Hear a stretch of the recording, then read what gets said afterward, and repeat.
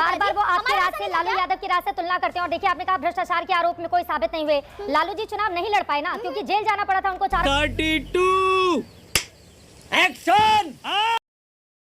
Cell company अगर किसी की है, फर्जीवाड़ा तरीके से जो पैसा वसूल रहा है, आपकी सरकार है, केंद्र में आपकी सरकार है, बिहार में आपकी सरकार है, आप जांच करवा लीजिए। लेकिन जो आरोप लगे हैं उससे आप भाग तो नहीं सकते ना। उस पंजाबी फैमिली को हम लोगों ने देखा है, जब वो सामने आकर इतने सालों का दर्द अब जाकर सामने आया है, क्योंकि अभी तक ये मुद्दा तो कोई उठाता नहीं था, इससे कैसे आप इनकार करेंगे। लेकिन हाँ, आपका ये कहना है कि प्रशांत किशोर अपनी राजनीति चमकाना चाहते हैं, वो आकर आरोप लगाओ और भाग जा वाली रणनीति अपना रहे हैं। लेकिन जल्दी से मैं प्रियंका भारती जी स्टूडियो में, राजपूत साहब और राजीव रंजन जी उसके बाद मैं आपके पास आऊंगी। प्रियंका भारती जी, आरोप गंभीर है, प्रशांत किशोर की ओर से आरोप लगाए जा रहे हैं, लेकिन भ्रष्टाचार की जब भी बात होती है तो फिर आप लोग भी तो सवालों के घेरे में आ जाते हैं। अब भ्रष्टाचार पर किस मुंह से आरजेडी घेरेगी एनडीए को? भ्रष्टाचार के आरोप ही तो लगते आए हैं, साबित कब हो गया? ये मैं आपको दिखा रही हूँ, ये टेलीग्राफ का ही है, जिसमें ये मेंशन है कि आलोक वर्मा जो डायरेक्टर थे सीबीआई के, उन्होंने खुद ये कहा कि पीएमओ के सारे अधिकारी मेडल कर रहे थे, हर तरीके से लालू प्रसाद जी के केस को डाइवर्ट करने की, उनके फंसाने की कोशिशें कर रहे थे। आलोक वर्मा जी का स्टेटमेंट। और हाँ, नाम इसमें किसका आया था? एडी का भी आया था, एडिशनल डायरेक्टर राकेश अस्थाना, और वो बड़े चहेते रहे हैं मोदी जी के, सभी को इस बात को मालूम है। लेकिन इतना ही नहीं, जिस फॉर्ड स्कैम की या किसी घोटाले की आप लोग बात करते हैं, कब शुरू हुआ था? 20 साल पहले।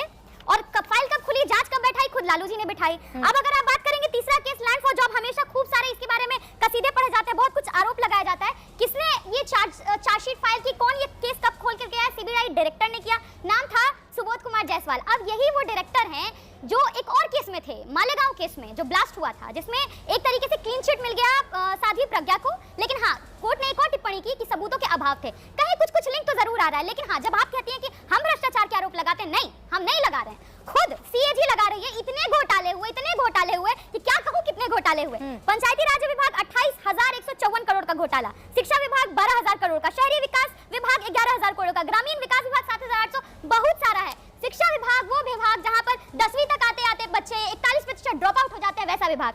आपको मैं बता रही हूँ, कृषि विभाग जहां पर हर दिन एक किसान की मृत्यु इस देश में हो रही है, एक किसान मजदूर की मृत्यु हो रही है, मृत्यु मतलब आत्महत्या। उस विभाग में इतने चोरी हुए, किसके पैसे चोरी हुए? बार बार वो आपके राज से, लालू यादव की राज से तुलना करते हैं। और देखिए, आपने कहा भ्रष्टाचार के आरोप में कोई साबित नहीं हुए। लालू जी चुनाव नहीं लड़ पाए ना, क्योंकि जेल जाना पड़ा था उनको चारा घोटाला मामले में, और उसके बाद वो आरोपित हो गए। जिसके बाद इतना बड़ा नेता बिहार का, आप लोग खुद भी दावा करती हैं, पिछड़ों के मसीहा के तौर पर जिसको आप लेती हैं, वो भ्रष्टाचार के आरोपी साबित हुए।